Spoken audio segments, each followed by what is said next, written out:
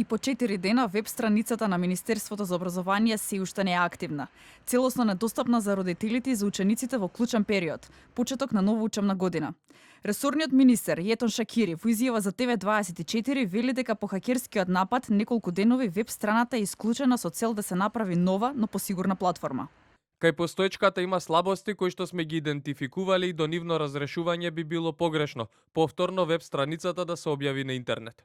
Очекуваме 1 до 2 недели миграцијата да заврши од контракторот.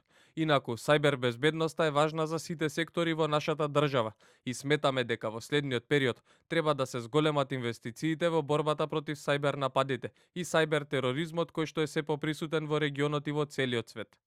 Од МВР до истекот на работниот ден велат дека пријава за хакерски напад на веб страницата на Министерството се уште не е пристигната. Од Средношколскиот сојуз велат дека во период кога веб страната на Министерството за образование е главен извор на информации, но и линк на кој се доставуваат документи, не е дозволиво таа со денови да биде недостапна за учениците и родителите. Ова хакирање кое трае за време на апликации за стипендии е прилично проблематично и недозволиво, меѓутоа е еден најапсурден и најсимволичен показател на состојбата со македонското образование.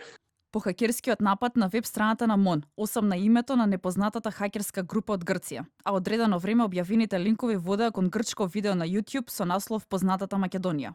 На мета на хакерски напади беа и други државни институции: Биро за јавни набавки, Државниот завод за статистика, ДИК, Државниот УКИМ. Хакерските напади стануваат се поголема закана за системите, но и прашањето станува се погласно: каков институционалниот капацитет за битка со сајбер криминалот? Ова учебна година, освен со хакираната веб страна, започна и со веќе познатите проблеми: без дел од учебници, со оштетени учебници и учење од скрипти. Кога првпат излегоа тие идеи за дигитализација на учебниците, ние ги поддржавме делумно со тоа што кажавме да за дигитализација, меѓутоа да биде изведена на правилен, постепен и внимателен начин. Од МОН на почетокот на учебната година најавија дека учебниците за прво, второ, четврто и пето оделение според новите наставни програми се во различна фаза на одобрување.